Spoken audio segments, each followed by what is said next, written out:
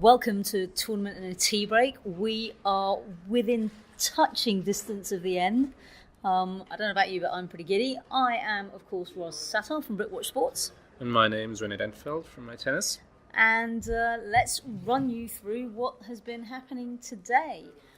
Day 13, unlucky for some. Certainly seemed to be unlucky for Marco Cecchinato, whose wonderful run came to an end at the hands of Dominic Thiem. I'm glad that my forecast, not my forecast, I'm still sounding like a weatherman. How stupid of me. But that I was hell bent on Thiem winning this one, and he made it a little bit closer than necessary, particularly in the first set, losing that break advantage, and also in the second set tiebreaker. But I think in the third set, the last few matches started catching up with Marco. So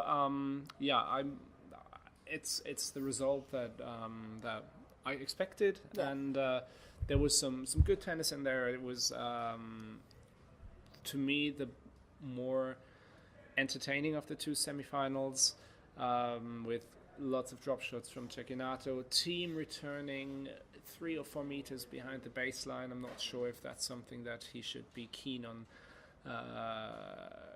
doing on Sunday. I'm not doubtful if that's the right way to go about it, but that's for tomorrow maybe. But yes, solid job by Thiem, and good for him to get a slam final. I think that's it seems about in the right time. It doesn't seem too soon or too early. After 2 years of making semifinals here, I feel a slam final here at his best, by far his best slam, makes perfect sense. Yeah, I think it's a natural progression for him. He was great in press. You always have Rafael Nadal saying, I'm not the favourite, or all his usual tricks of deflecting. And Thiem came up with a lovely line of, if I'm facing Rafa tomorrow, I'm not the one with pressure, which I thought was kind of sweet. Which is true. I mean, that's what made him play well against Nadal in Madrid this year and in Rome last year. So I think that's what's the important thing. He's the only one who's got a track record of beating Nadal on clay in the past 24 months, and I think for that reason alone, it's good that he won, because no disrespect to Marco Cecchinato, but I think a Cecchinato victory here and a Nadal victory would have made for a not only bizarre final to have someone who had match-fixing allegations levied against him and have that person in the slam final, but also in terms this would have been a whitewash to say the very least. So good on Thiem, well done, and we had high hopes for Nadal and Juan Martín del Potro, but very early on in that match, Del Potro tweaked something, didn't look particularly healthy. He had some anti-inflammatories, and that seemed to help. And in his press conference, he was happy that he's basically healthy going into the next season. But unfortunately, when he was the only one that had breakpoint opportunities in that first set, and then in the last game, Nadal broke him, and that seemed to actually physically break him. It reminded me of that time that Murray broke him, and he sort of stayed bent over the net for the longest time, and everybody thought, oh, you've actually physically broken his little heart.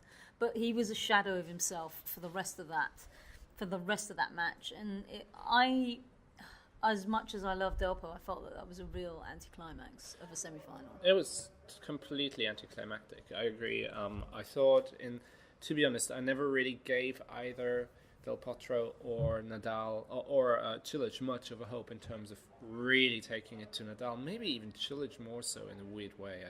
Which I'm not going to elaborate on, because if I'm going to start explaining that, we're still going to be here when it's dark. So I would like to avoid that. But yeah, I thought with his when he had the first little groin issue, which I'm not sure if it was on the same side this time. It looked like it was on the left side. So and I've forgotten whether it was the right or the left side going into this tournament that made that was hampered. But it was an early warning sign. But I think afterwards with the anti-inflammatory, Del Potro held up well and played a pretty good first set, but didn't capitalize on his chances, came back to bite him quite massively at the end of the first set. Nadal won the first set, and that at that exact moment, I felt it was game over, and I felt like Del Potro felt it was game over as well. Because then it was 4, and then it was 6-1, 6-2, a complete rout in the second 2 sets. The people on Chatrier were cheering for Del Potro for a top 5 player to get on the board against the world number 1, and that's bonkers. It's a shame. It's a shame for me. This one fell really flat. Team Cecchinata was solid enough and entertaining enough for the first 2 sets, but overall a short day at the office for what's a men's semi-final day on the slowest surface. Matches were done at 6:20, and we started at 1 p.m. So that's a very quick day. And to me, generally, I think that's something that I can say for the past week or so. This second week has not felt like the world's most exciting slam. It's not felt like, to me, there were patches of good play in some matches, but it's never felt like things were really building up to something tremendous, or that there were like, I don't know, there was a day with 3 incredible quarterfinals back to back on Chatrier. We didn't have something like that. Didn't help, for example, that Serena Maria never came to pass. That Sharapova got routed by Muguruza, and then Halep routed Muguruza. And the second set of Muguruza, Halep was, to me, the best set of tennis we've had in the semi-finals. So a bit of a weird week, but I think it's fair to say that we've got relatively high hopes for tomorrow, and that's a tricky one. I think this is where it gets really tricky. It is. I mean, I've been doing like the usual bits of content that we do. So, the preview, looking at the numbers and the stats to see how they measure up. And they are exceptionally close. I think this has got them making...